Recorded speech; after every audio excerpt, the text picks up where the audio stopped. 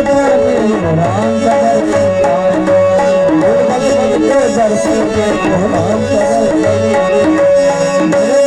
का दर्शन राम का दौलत का अभिमान है झूठा यह तो आनी जानी है दौलत का अभिमान है झूठा या तो आनी जानी है राजा रंग अनेक हुए कितने किसनी कहानी है राजा रंग अनेक कहानी है महामंत्र राम नाम पे महामंत्र है राम नाम पे महामंत्र साथ तुम्हारे जाएगा राम नाम पे महामंत्र साथ तुम्हारे जाएगा निर्मल मन के दर्शन राम का दर्शन पाएगा निर्मल मन के दर्शन में राम का दर्शन पाएगा निर्मल मन के दर्शन में राम का दर्शन पाएगा निर्मल मन के दर्शन में राम का दर्शन पाएगा निर्मल मन के दर्शन में राम का दर्शन पाएगा निर्मल मन के दर्शन में राम का दर्शन पाएगा राम का दर्शन पाएगा राम का दर्शन पाएगा मेरे सज्जू भैया की जय हो हर जपते राम ब्याही घर आए नो मंगल जपते राम ब्याही घर आए नो मंगल छारी रस घर भारी सुकृत सह सुख सहोधर भारी सुकृत में घर सही सुख भारी निधि सिंह संपत्ति नदी सुहाई तुम्हारी अवध निधि सिंह संपत्ति नदी सुहाई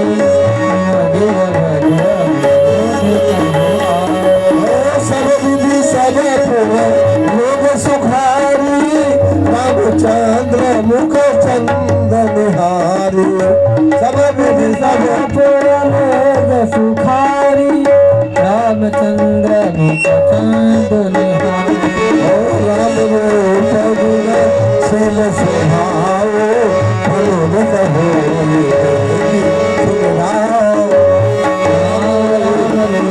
गुण शील सुभावी प्रबुद्ध होई देख सुनी राम ओ श्री राम जय जय राम जय रघुनंदन जय सिया राम श्री राम जय राम जय राम जय रघुनंदन जय सिया राम जय रघुनंदन जय सिया राम जय रघुनंदन जय सिया राम। जब से राम जी जनकपुर से ब्याह करके श्री राम अयोध्या में आए तब से अयोध्या में नित्य नए मंगल उत्सव बधाइयों के गीत बज रहे हैं आनंद मंगल चारों तरफ हो रहा है 14 भुवन रूपी श्रेष्ठ पर्वतों पर पूर्ण रूपी मेघ सूर्य रूपी जल की वर्षा कर रहे हैं और रिद्धि सिद्धि संपत्ति रूपी स्वामी नदियाँ उमड़ करके अयोध्या रूपी समुद्र में आकर के मिल रही हैं। अयोध्या के लोग 80 जातियों के मणियों के समूह है जो अत्यंत पवित्र है सुंदर है और नगर के ऐश्वर्य के बारे में कुछ कहा नहीं जा सकता है। मानो ब्रह्मा जी ने इतने ही सुंदर को ब्रह्मा जी के हाथ में जो कारीगरी है सारी कारीगरी अयोध्या के निर्माण में ही लगा दिया है अयोध्या की सृष्टि रचने में ही लगा दिया हो और माताएं सभी माताएं सखियाँ सहेलियाँ और अपने मनोहर रूपी बेल को फलित ज्ञान करके बहुत प्रसन्न हो रही है। राम जी के रूप गुण शील और स्वभाव को देख करके महाराज दशरथ जी बहुत आनंद में है। बोलिए भक्त सलमान की जय हो। सबके उर अभिलाष अस कह मलाई महेश आप सतजुओ राजपद राम जो नरेश। अयोध्या वासियों के मन में बस एक ही इच्छा है, भगवान भोलेनाथ से प्रार्थना करते हैं कि राजा जीते जी जो है राम जी को राजगद्दी सौंप दें और जो है गोस्वामी कहते हैं हर एक समय सब सहित समाजा राज सभा रघु राज विराज। एक समय सब सहित समाजा राज सभा रघु राज विराज।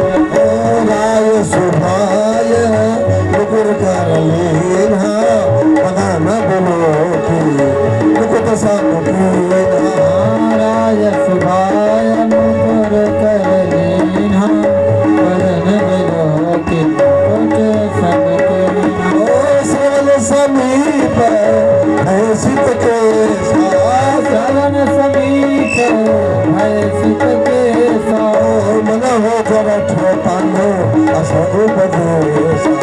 मन हो जरठ पानो असरूप देसा।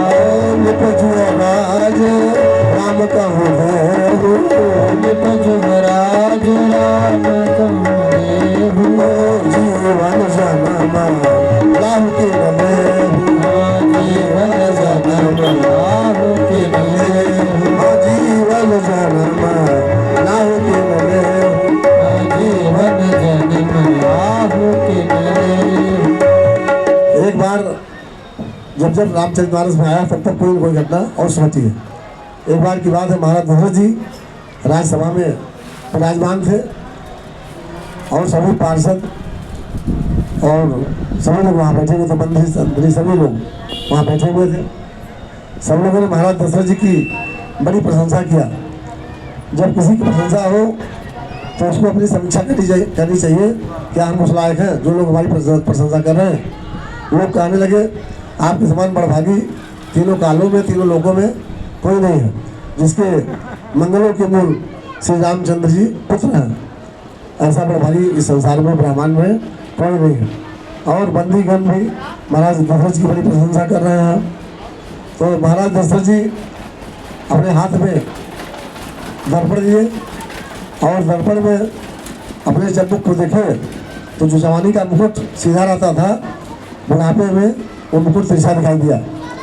कान के बगल में कान के पास कुछ सफ़ेद बाल दिखाई दिए और महाराज दशरथ जी समझ गए मानो बुढ़ापा ये संदेश दे रहा है, हे राजन राम जी को युवराज पद दे करके अपने जीवन को धन्य कर लीजिए।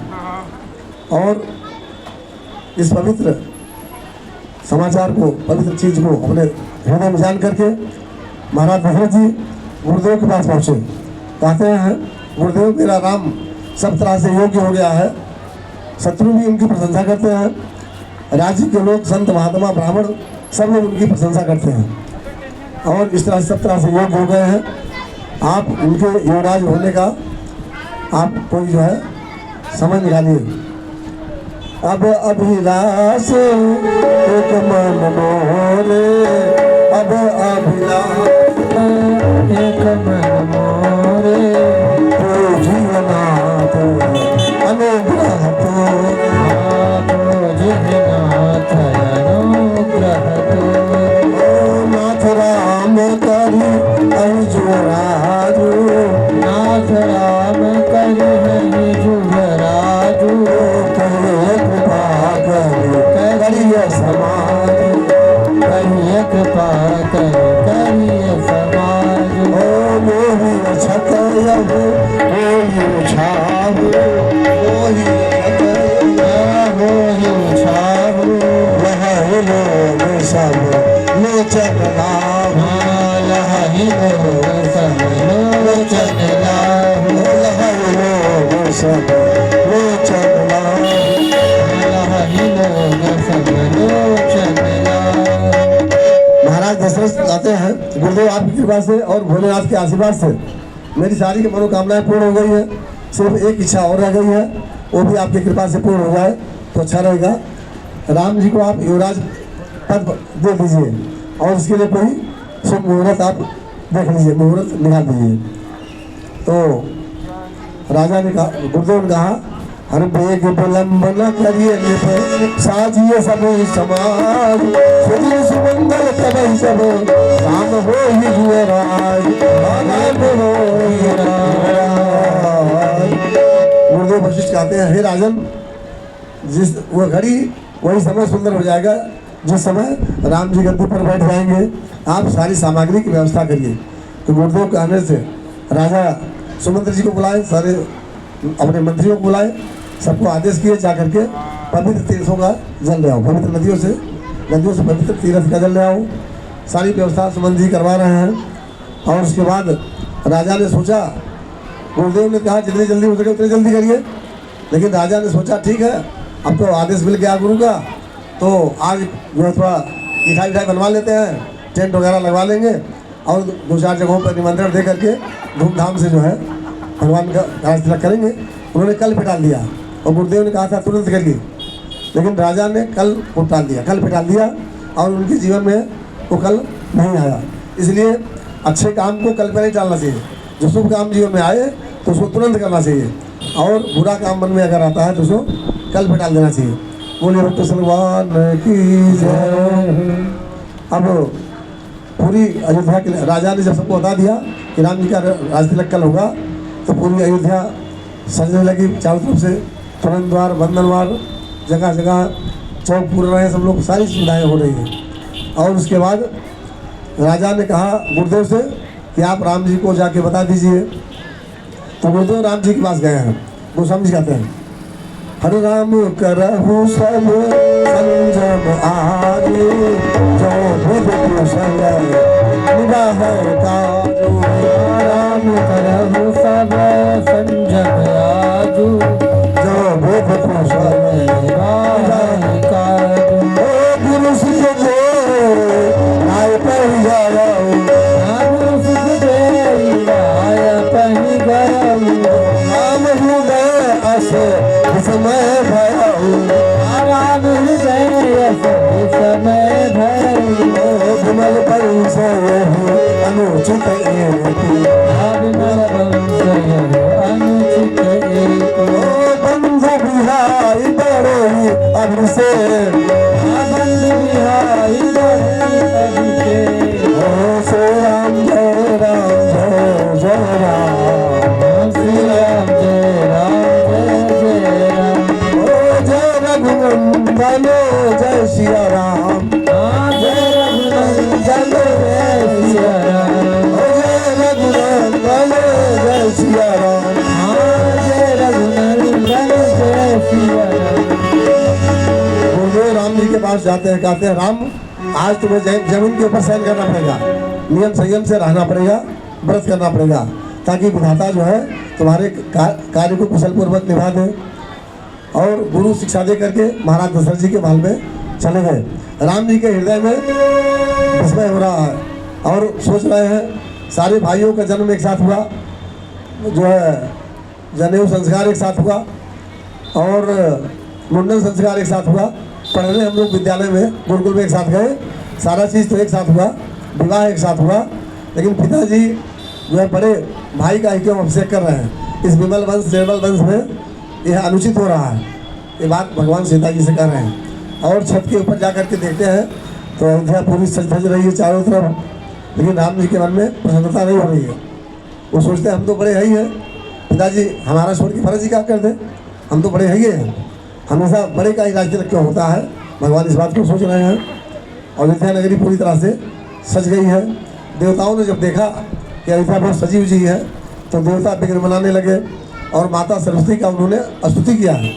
माता सरस्वती आई देवताओं के पास में, देवताओं ने कहा माँ ऐसा कोई उपाय करो कि राम जी राजा ना बनने पाए, वन को चले जाएं। माता सरस्वती ने कहा राम जी वन को चले जाएंगे तो अयोध्यावासी तो प्राण त्याग देंगे, वहाँ के जीव जंतु सब व्याकुल हो जाएंगे, ये कैसे हो सकता है।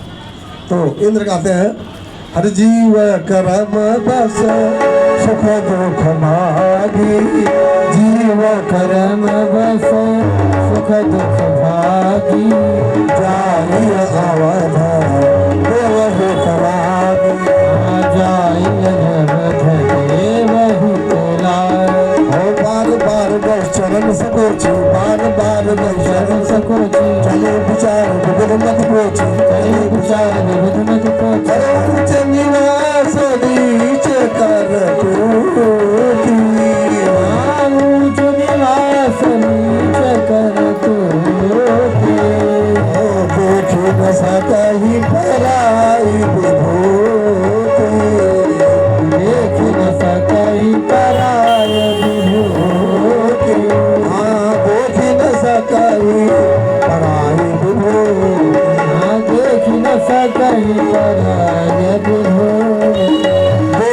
ऐसा कहे पराए विभूति। इंद्र ने कहा माता जीव जो है अब अयोध्या में बहुत आनंद आ गया, लोगों का बहुत प्रसन्न है, तो अब जीवन में ज़्यादा जब सुख आता है तो दुख के लिए तैयार होना चाहिए। जीव अपने कर्म के अनुसार सुख और दुख को भोगता है। आप जाइए, बार बार माता सुरती का चरण पकड़ लिए देवता कि आप जाइए, किसी कारण से राम जी को वन में जाने के लिए प्रेरित करिए। और माता सुरती सोचती है इन देवताओं का निवास बड़ा ऊंचा है, लेकिन इनकी करनी बहुत ओछी है, इनकी बुद्धि बहुत निची है, जो किसी के ऐश्वर्य को देख नहीं सकते हैं। लेकिन कहती है कि मैं जा तो रही हूँ, लेकिन पहले राम जी के मन को टटोलूंगी। यदि राम जी वन जाना चाहेंगे तब भी मैं ऐसा करूँगी, पहले उनके मन को मैं टटोल के देखूंगी। माता सरस्वती वहाँ से चली और पूरे अयोध्या में घूम डाली। कोई ऐसा व्यक्ति नहीं मिला जो सरजू जी का जल न पिया हो, महाराज दशरथ जी का अन्न न खाया हो। सब लोग जल पिए, सरजू जी का अन्न खाए हैं।